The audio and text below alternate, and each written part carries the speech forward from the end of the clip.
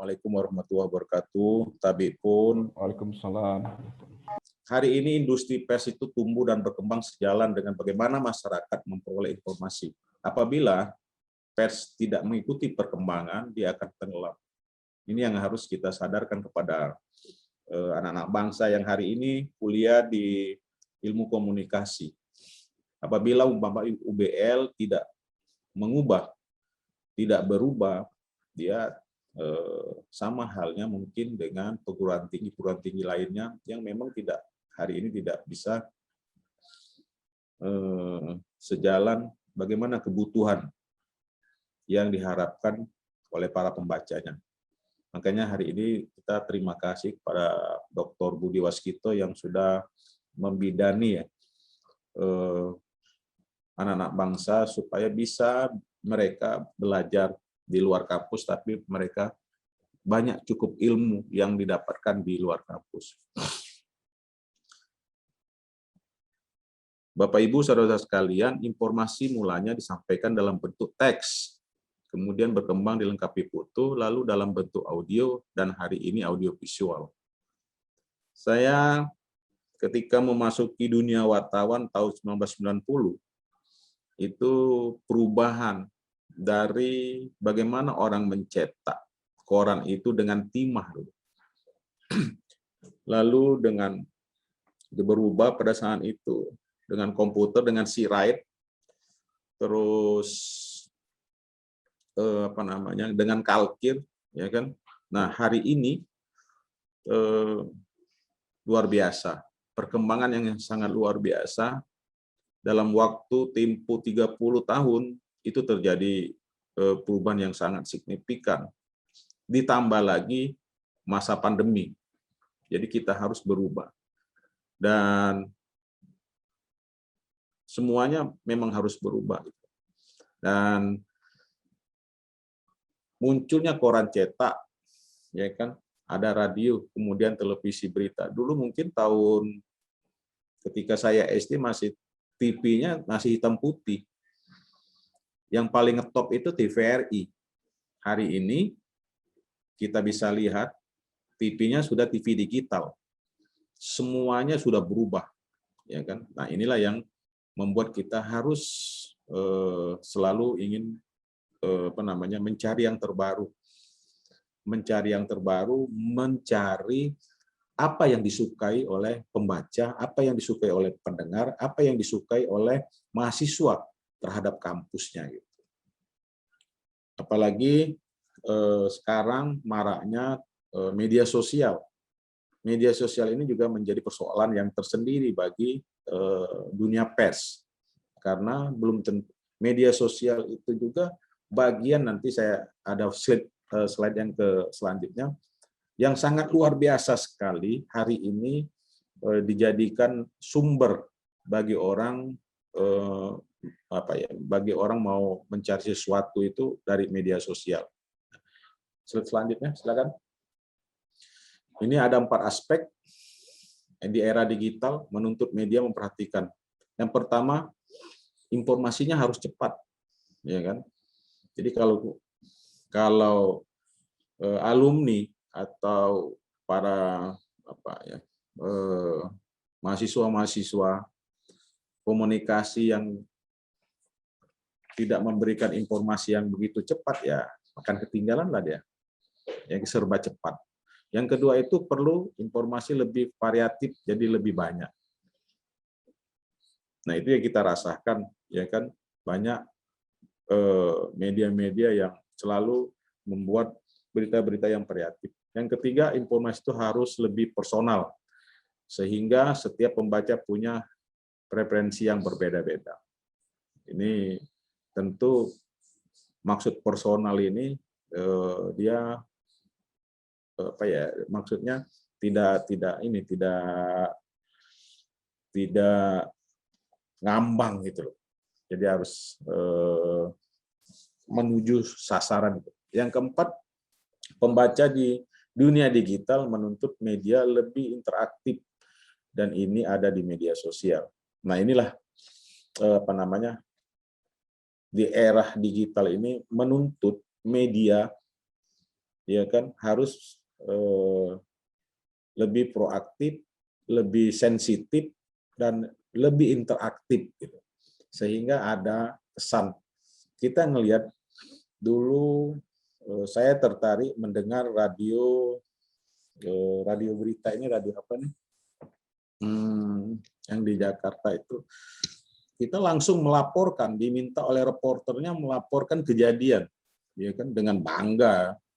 Pada saat itu kita melaporkan kejadian di Lampung, umpama pada tahun kira-kira 10 tahun yang lalu, saya melaporkan gempa Suam di Kemiling. Saya ditelepon oleh reporter radio El Sinta waktu itu, ya kan. Ya, dia bilang, Pak Iskandar, bagaimana kondisinya? Saya melaporkan. Ada kebanggaan. Itu namanya jurnalisme warga. Ya kan. Nah, hari ini yang seperti itu tetap menjadi yang terdepan, sehingga masyarakat dilibatkan dalam proses pemberitaan maupun proses kejadian. Selanjutnya. Nah, ini yang saya katakan tadi, ini hasil survei ya. Jadi media sosial itu paling tinggi. Orang sangat percaya hari ini terhadap media sosial. Itu kisarannya sampai hampir 80.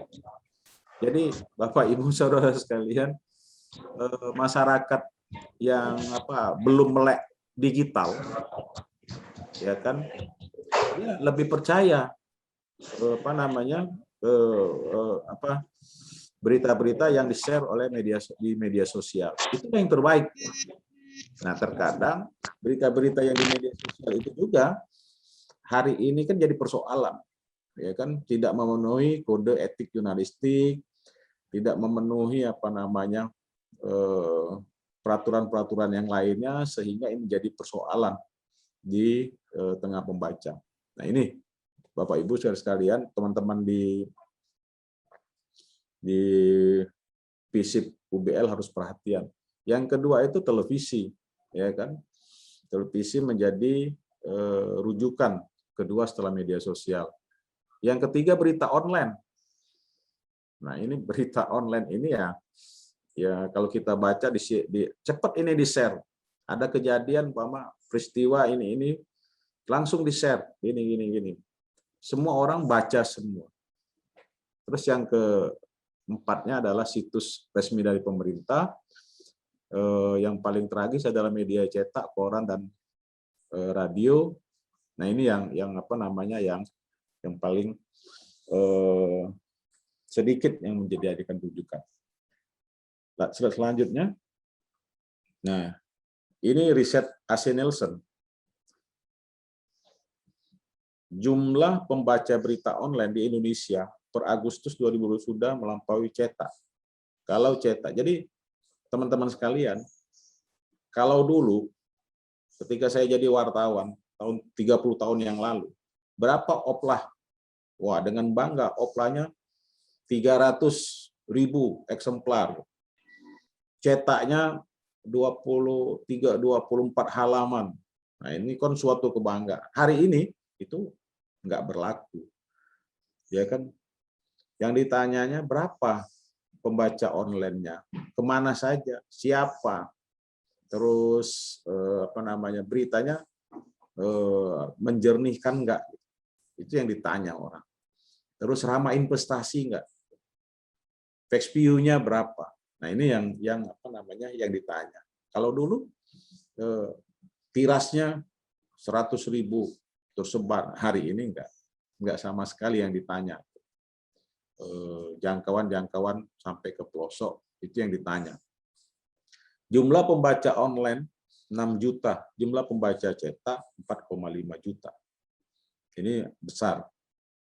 Terus saya tanya, bagaimana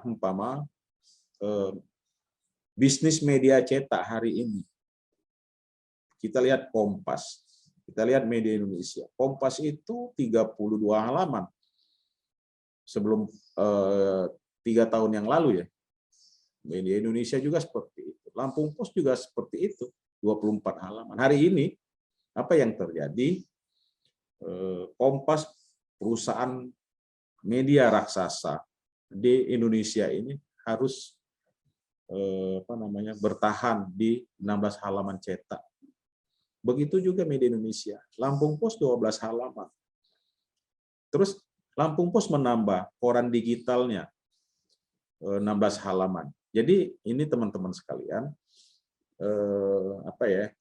situasi membuat bisnis media ini bergeser di tengah-tengah disrupsi ini, orang beralih kepada digital.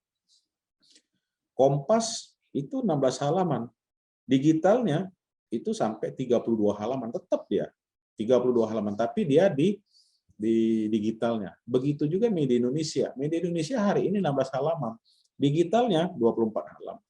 Lampung Pos koran printnya 12 halaman, tapi digitalnya 16 halaman. Nah, proses inilah yang hari ini semakin hari nanti pada saatnya semua bisnis media ini akan menuju ke arah digital itu.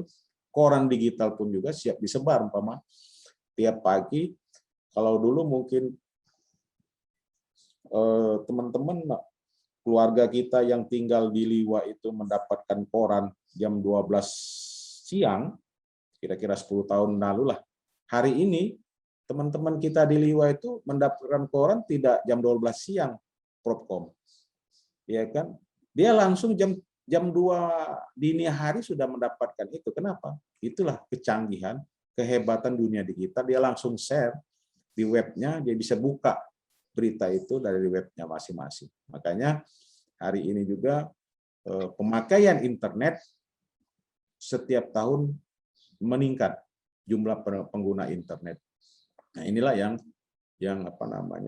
harus kita siasati dalam dunia pers.